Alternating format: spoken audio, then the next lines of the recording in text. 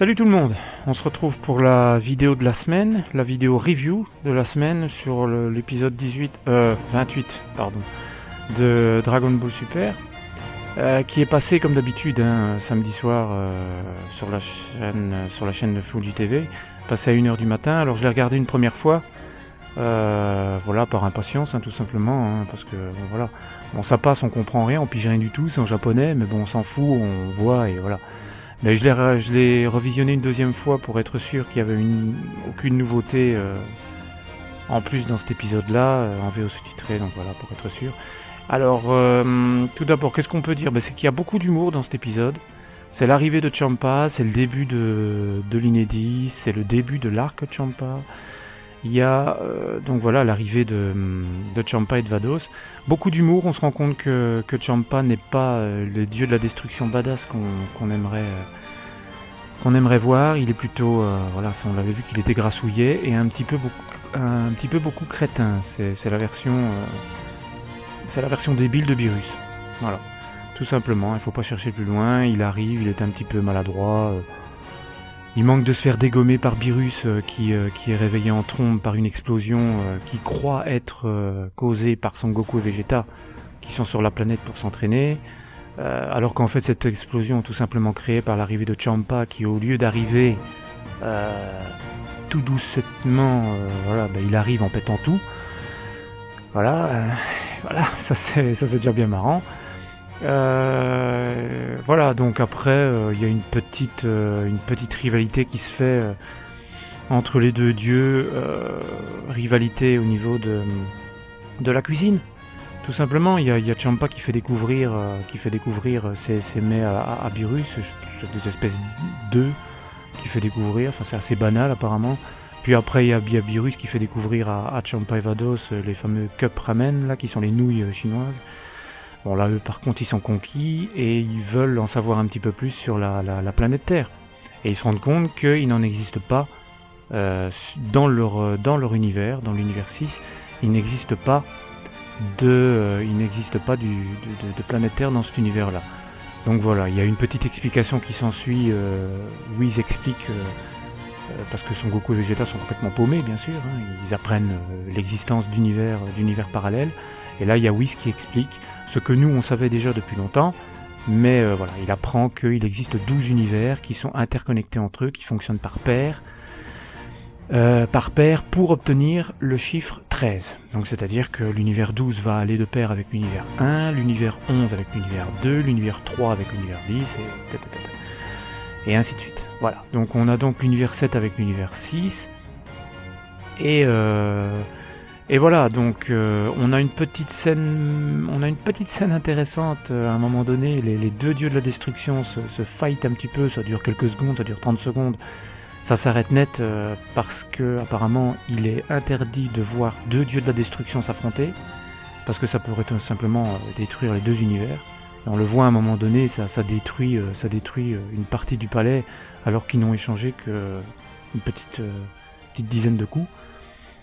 Donc voilà, après, ce qui se passe, c'est que comme ils ne peuvent pas s'affronter, parce que Champa est intéressé pour obtenir la planète Terre. Il veut obtenir cette planète, vu que dans l'univers 6, elle n'existe plus, puisqu'il y a eu une guerre qui l'a ravagée. Donc il veut l'obtenir. Et pour cela, il voulait d'abord affronter Beerus, mais c'est pas faisable puisque dieux de la destruction ne peuvent pas s'affronter. Donc pour ça, il décide d'organiser un tournoi. Entre l'univers 4, entre l'univers 6 et l'univers 7. Voilà. Donc, voilà, c'est une... Ça on le savait déjà, donc c'est officiellement le lancement du tournoi.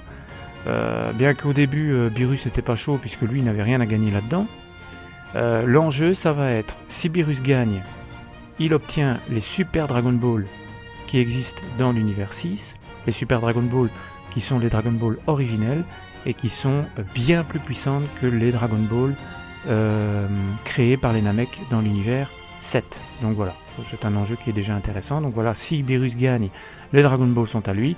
Si Champa gagne, la planète Terre est à lui. Alors comment va se dérouler ce tournoi pour ceux qui ne le sauraient pas encore?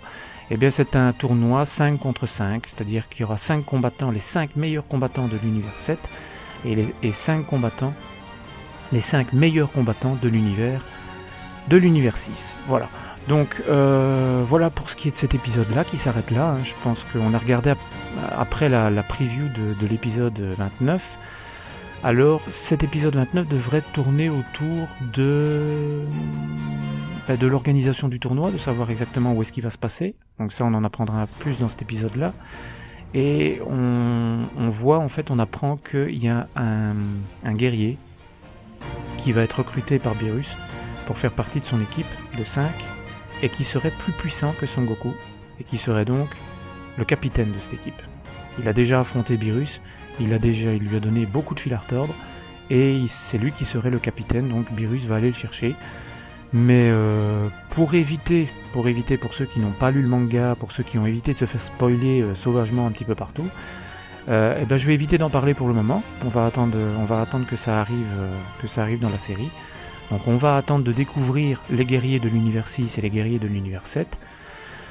Voilà. Par contre, tout ce qu'on peut dire, c'est que l'univers 7, l'équipe sera très certainement composée comme dans le manga, de Son Goku, de Vegeta évidemment, hein, ça y a aucun spoil, de Boubou, de Vegeta et de ce mystérieux guerrier qui serait plus puissant que Son Goku. Voilà. Pas de Sangohan, hein, évidemment, dans cette équipe-là, apparemment. Pas de Sangohan, actuellement en tout cas.